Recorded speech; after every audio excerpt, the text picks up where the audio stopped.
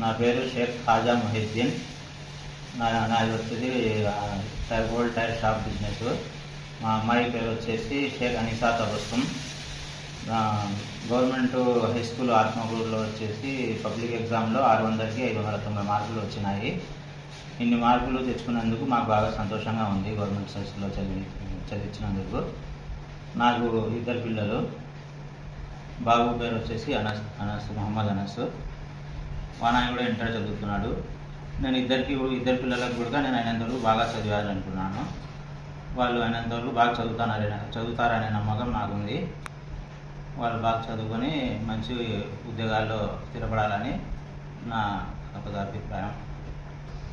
నా పేరు షేక్ అనిసా తబస్సుమ్. మా నాన్న పేరు షేక్ ఖాజా మొహిద్దీన్.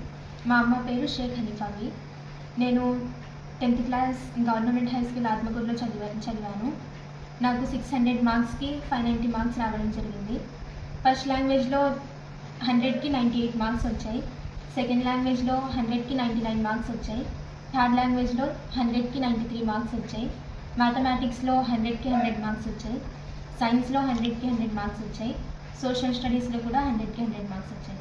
టోటల్ చేసి 600కి 590 మార్క్స్ వచ్చాయి. మీరు రోజు ఎలా చదివేవారు? 8 to 5 వరకు స్కూల్లోనే చదివించేవారు. తర్వాత నేను స్కూల్ నుంచి వచ్చాక ఇంట్లోనే టైం టేబుల్ వేసుకొని చదువుకునేదాన్ని. 11 వరకు అలా చదువుకునేదాన్ని. మళ్ళీ మార్నింగ్ 5 నుంచి లేచి 7 వరకు చదువుకొని వెళ్ళేదాన్ని స్కూల్కి. రోజు ఎన్ని గంటలమ్మా? రోజు స్కూల్లో 8 to 5 వరకు ఉంటాం. ఇంకా ఇంట్లో 4 to 5 అవర్స్ వరకు చదువుకునేదాన్ని. ఎక్కువ ఏ సబ్జెక్ట్కి ఇంపార్టెన్స్ ఇస్తుంటారు మీరు? అన్ని సబ్జెక్ట్స్కి ఈక్వల్గా చదువుకునేదాన్ని. మీకు ఏమైనా కష్టంగా అనిపించేదా సబ్జెక్ట్ ఏదైనా? లేదు, అన్నీ కూడా ఇష్టమే. ఈ ఇబ్బందికరం అంటే కష్టంగా ఉన్న సబ్జెక్ట్ సార్ వాళ్ళు ఎలా హెల్ప్ చేసేవారు మీకు? అందరు టీచర్స్ కూడా బాగా ఎంకరేజ్ చేసేవారు. ఏమైనా డౌట్స్ ఉంటే అప్పటికప్పుడే క్లారిఫై చేసేవారు. ఏమైనా డౌట్స్ ఉంటే కూడా అడగమని చెప్పేవారు. కంటెంట్ అర్థమయ్యేటట్టు చెప్పేవారు. ఎక్కువ ఈ సబ్జెక్ట్లో ఏ చాప్టర్స్ ఉంటాయి కదా, చాప్టర్స్ పరంగా ఏమైనా ఇబ్బందికరంగా ఉన్నాయా ఏమన్నా? లేదు, టీచర్స్ క్లాస్ చెప్పేటప్పుడే ఇంపార్టెంట్ పాయింట్స్ అవన్నీ చెప్పి ఇవి ఇంపార్టెంట్ ఇవి వస్తాయని మాకు అప్పుడే చెప్పేవాళ్ళు. మేము నోట్ చేసుకునేవాళ్ళం అప్పటికప్పుడే. తర్వాత వాటిని రివిజన్ చేయడం, వీక్లీ సండే హాలిడే ఉంటుంది కదండి, అప్పుడే రివిజన్ చేయడం. మొత్తం వారంలో ఏమేమి జరిగాయో సండే రివిజన్ చేసేవాళ్ళం. ఎక్కువ మ్యాథమెటిక్స్లో అందరూ ఇబ్బంది పడతారు కదా, మీకు 100కి 100 వచ్చాయి ఎట్లా? మ్యాథమెటిక్స్లో మాకు భాష సార్ ఉండేవారండి. వాళ్ళు బాగా చెప్తారు. భాష సార్ ఏమైనా కానీ మాకు కంటెంట్ ఉన్న దానికంటే ఎక్కువ చెప్పేవారు. ఇంకా టెస్ట్ కూడా చాలా టెస్ట్ పెట్టేవాళ్ళు. పబ్లిక్ ఎగ్జామ్స్ ముందే పబ్లిక్ ఎగ్జామ్ ఎలా ఉంటుందో ఆ పేపర్స్ బాగా రాపించేవాళ్ళు. వేరే సార్ వాళ్ళతో కూడా మా గురించి అంటే మా పేపర్స్ వేరే సార్ వాళ్ళు కరెక్షన్ చేస్తారు కదండి, అలాగే వాళ్ళ ఫ్రెండ్స్కి ఇచ్చి మాలో ఏమైనా లోపాలు ఉన్నాయేమో చూసేవాళ్ళు. ఈ స్కూల్లో మీకు ఎట్లా ప్రిపేర్ చేసేవాళ్ళం అంటే సబ్జెక్ట్ వారీగా అన్ని సబ్జెక్టులు ఈజీగా ఉండేదని చెప్తారా? మీకు ఏమైనా భయం పోగొట్టడం అట్లా? మీకు ఏమైనా భయం కలిగితే అనుమానం వస్తే ఎట్లా క్లారిఫై చేసేవాళ్ళం? అంటే అందరు టీచర్స్ కూడా ఏం డౌట్స్ ఉన్నా క్లారిఫై చేసేవాళ్ళండి. ఇప్పుడు మీకు ఏం భయం కలదా 10th క్లాస్ నేను ఇట్లా ఎన్ని మార్క్స్ వస్తాయో ఏం కదా? లేదు, అలా ఏం లేదు. 10th భయపడకండి, మీరు కొంచెం భయం పెట్టుకోండి కానీ ఎక్కువ భయపడిపోకండి అని టీచర్స్ మోటివేట్ చేస్తుండేవాళ్ళు. ఇట్లా హిందీ, సైన్స్, సోషల్ ఇట్లాంటి దానిపైన ఎట్లా? హిందీ టీచర్ కానీ గ్రామర్ మీద నాకు ఫస్ట్లో కొంచెం గ్రామర్లో మార్క్స్ పోయేవండి. తర్వాత హిందీ టీచర్ నుండి గ్రామర్లో కూడా మార్క్స్ పోకుండా బాగా ఎలా గ్రామర్ చదువుకోవాలని చెప్పేవారు. సైన్స్ అయితే కంటెంట్ బాగా చెప్పేవారు. అంటే బై హార్ట్ చేయకుండా కంటెంట్ చెప్తే మేము ఓన్గా అయినా రాసేలాగా చెప్పేవారు. సోషల్ స్టడీస్ టీచర్ కూడా బాగా చెప్పేవారు. Content main points, important points అన్నీ అండర్లైన్ చేయించి మేమే ఓన్గా రాసేటట్టు మాకు ప్రిపేర్ చేయించారు. ఈ ప్రైవేట్ స్కూల్కి ధీటుగా 590 మార్కులు రావడం అంటే చాలా గ్రేటు. ఎట్లా ఫీల్ అవుతుందా మీరు అనుకున్నారా ఫస్ట్ ఏమైనా వస్తాయని 590? నేనైతే ఫస్ట్ నుంచి ఫుల్ టార్గెట్ పెట్టుకున్నాను. అంటే ఫుల్ టార్గెట్ నేను ఫస్ట్ రావాలని అలా ఫస్ట్ నుంచే టార్గెట్ పెట్టుకున్నాను. అలాగే హార్డ్ వర్క్ కూడా చేశాను. మా టీచర్స్ ప్రిఫరెన్స్ వల్లనే, మా టీచర్ ప్రిఫరెన్స్, పేరెంట్స్ ప్రిఫరెన్స్ వాళ్ళ వల్లనే రాగలిగాను. ప్రైవేట్ స్కూల్కి ధీటుగా అంటే ప్రైవేట్కి సమానంగా 590 మార్క్స్ వచ్చినాయి. మీరు ఎలా ఫీల్ అవుతున్నారు అనేది? చాలా హ్యాపీగా ఉందండి. అందరు కూడా చాలా హ్యాపీగా ఫీల్ అవుతున్నారు. మీ సార్ వాళ్ళు ఏమన్నారా? సార్ వాళ్ళు, టీచర్, స్టాఫ్? అందరు కూడా బాగా హ్యాపీగా ఫీల్ అయ్యారు. నిన్న కూడా అందరు కాల్ చేసి మాట్లాడడం జరిగింది. ఇంకా మీ నెక్స్ట్ వచ్చే పిల్లలకి మీరు ఏమైనా సలహా చెప్తారా? ఎలా చదువుకోవాలి, ఏ సబ్జెక్ట్ చేసుకోవాలి? వాళ్ళకి ఇప్పటి నుంచే స్టార్ట్ చేశారు కాబట్టి వాళ్ళ దగ్గర బుక్స్ కూడా ఉంటాయి. వాళ్ళు ఇప్పటి నుంచి నెగ్లెక్ట్ చేయకుండా 10th స్టార్టింగ్ నుంచి బాగా చదువుకోవాలని, ఇంకా బై హార్ట్ చేయకుండా కంటెంట్ని అర్థం చేసుకొని మనమే ఓన్గా రాసేటట్టు చదువుకుంటే మనకి ఎప్పటి వరకైనా గుర్తుంటుందని నేను చెప్తాను. ఇంకా ఏమైనా సజెషన్స్ ఏమైనా ఇస్తారా పిల్లలకి? పేపర్ ప్రజెంటేషన్ బాగుండేటట్టు చూసుకోవాలని, ఇంకా ఫోన్ డిస్ట్రాక్షన్స్ అవన్నీ పెట్టుకోకుండా 10th ఇంపార్టెంట్ కాబట్టి 10th మీద ఫోకస్ చేసి చదువుకోవాలని స్టార్టింగ్ నుంచే నేను చెప్తాను. ఇవి ఏమైనా ప్రైవేట్ మెటీరియల్ ప్రిపేర్ అయ్యారా, లేకపోతే టెక్స్ట్ బుక్ ప్రిపేర్ అయ్యారమ్మా? టెక్స్ట్ బుక్ ఫస్ట్ అయితే టెక్స్ట్ బుక్లో కంటెంట్ బాగా ప్రిపేర్ చేశారండి టీచర్స్. తర్వాత మెటీరియల్స్, క్వశ్చన్ ఆన్సర్స్ అవన్నీ పంపిస్తుండే వాళ్ళు పీడిఎఫ్ ద్వారా. ఇంకా మ్యాప్ పాయింటింగ్, ఏమైనా మ్యాథ్స్లో కానీ ఎక్కువ ప్రాబ్లమ్స్ పంపించడం, సైన్స్లో డయాగ్రామ్స్, ఇంకా తెలుగు, హిందీ, ఇంగ్లీష్లో గ్రామర్ పంపించడం అలా చేస్తుండేవాళ్ళు. ఇంపార్టెంట్వి పంపిస్తే మేము వాటిని ఎక్కువగా ప్రిఫరెన్స్ ఇచ్చి చదువుకునేవాళ్ళం. గవర్నమెంట్ హై స్కూల్లో సిలబస్ ఇన్ టైంలో అయిపోతుందా, లేకపోతే ఏమైనా లేట్ అవుతుందా? మీకు ఏమైనా ప్రైవేట్ క్లాస్ నిర్వహించారా? అట్లా ఏమైనా ఉందా? మాకైతే డిసెంబర్ వరకే అన్ని సబ్జెక్ట్స్లో కూడా సిలబస్ అయిపోగొట్టారు. ఇంకా అప్పటి నుంచి జనవరి నుంచి రివిజన్ చేపిస్తుండేవాళ్ళు.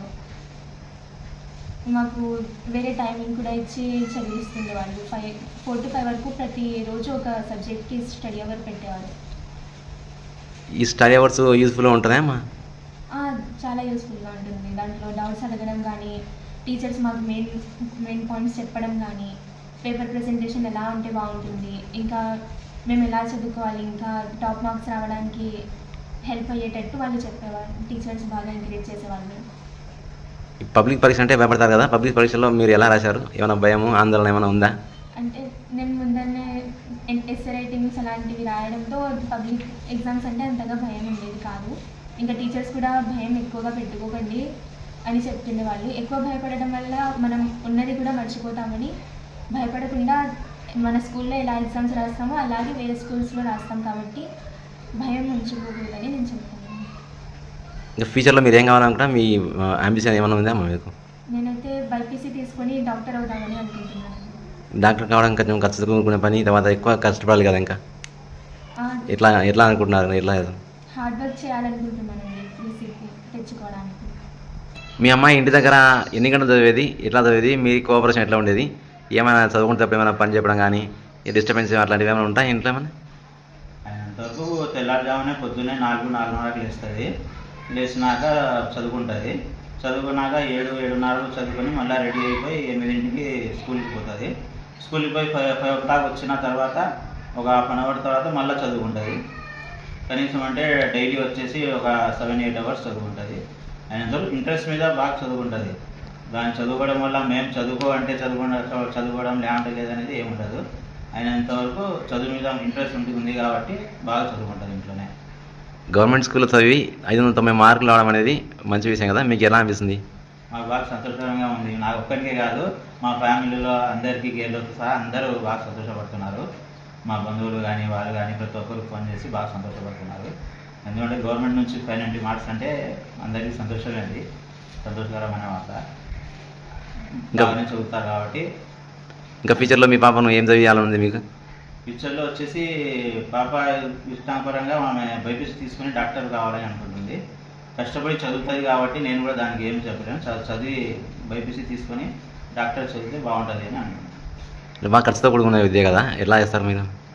అయినంతవరకు ఆమె బాగా చదువుతుంది కాబట్టి మా మీద నమ్మకం అయితే ఉంది. నాకు 100% ఫ్రీ సీట్ రావడానికి అవకాశాలు ఉన్నాయి కాబట్టి అయినంతవరకు ఇంకా కష్టపడి చదివి ఫ్రీ సీట్ తెచ్చుకుంటా, నేను చదువుకుంటా అయినంతవరకు నేనని పాప అంటుంటే సరేలే బైపీసీ చదువుకుందు అని నేను కూడా అంటున్నాను. అయినంతవరకు మేము సపోర్ట్ చేసి కష్టపడి మేము కూడా అందరం చదివాలని అంటున్నాం. మీ అమ్మాయి గురించి సార్ వాళ్ళు కానీ గవర్నమెంట్ టీచర్లు వాళ్ళు కానీ ఏమైనా చెప్పేవాళ్ళ స్కూల్లో? మా అమ్మాయి గురించి అయితే ఇంకా ఎప్పుడు మా అమ్మాయి ఇంకా అయినంతవరకు బాగా చదివిస్తున్నాము, బాగా చదువుతుంది కూడా, ఇంటెలిజెంట్. మీ అమ్మాయి బాగా చదువుతుందని నేను డైలీ వచ్చేసి మా అమ్మాయికి నేనే పోయి తీసుకుపోయి డ్రాప్ చేసేదాన్ని, మళ్ళీ నేనే పిలుచుకొచ్చేదాన్ని. పోయినప్పుడల్లా నేను సార్ వాళ్ళతో మాట్లాడేదాన్ని. పాప గురించి వాళ్ళు అయినంతవరకు బాగా చదువుతుంది, మేము కూడా బాగా చదివిస్తున్నాము. అయితే అయినంత వరకు ఇంట్లో బాగా చదివేమని మీరు కూడా చెప్పండి అంటే మేము చెప్పాల్సిన అవసరం కూడా లేదు, ఇంట్లో చదువుకునేది ద్వారా చదువుకున్నందుకు ఈరోజు మాకు గవర్నమెంట్ స్కూల్లో చదివినా కానీ సార్ వాళ్ళు కూడా బాగా చెప్పినందుకు అన్ని మార్కులు వచ్చినాయి.